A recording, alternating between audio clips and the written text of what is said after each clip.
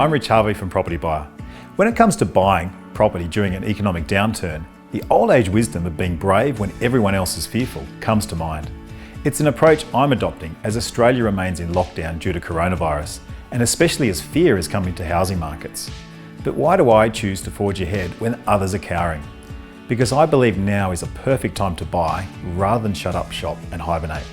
Here's why. Successful property investing has far less to do with the here and now and more about the long term. The property market was in full recovery mode from mid-2019 until February 2020, with Sydney and Melbourne running hot. We saw auction clearance rates very high, prices above the guide, and buyers eager and impatient to get over the top of each other. And that saw median houses prices rise after 2 years of softening.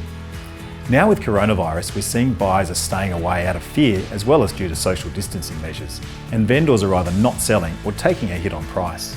So here's why I think it's a buyer's market. You face much less competition now than you would have a few months ago. Vendors that are selling now are likely to be far more motivated to sell.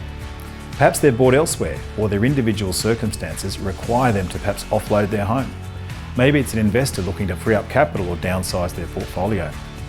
Whatever the situation, I've noticed in the market, especially in Sydney, a number of exceptional buying opportunities that are suddenly more within the reach of my brave clients.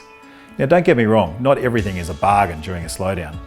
I wouldn't be buying off the plan property, or I wouldn't be buying in far-flung outer suburbs or areas where there's potential for oversupply. But I would be buying in blue chip suburbs primed for long-term capital growth, particularly up-and-coming locations in middle ring suburbs where gentrification is on the rise. Again, it all comes back to focusing on a long-term strategy.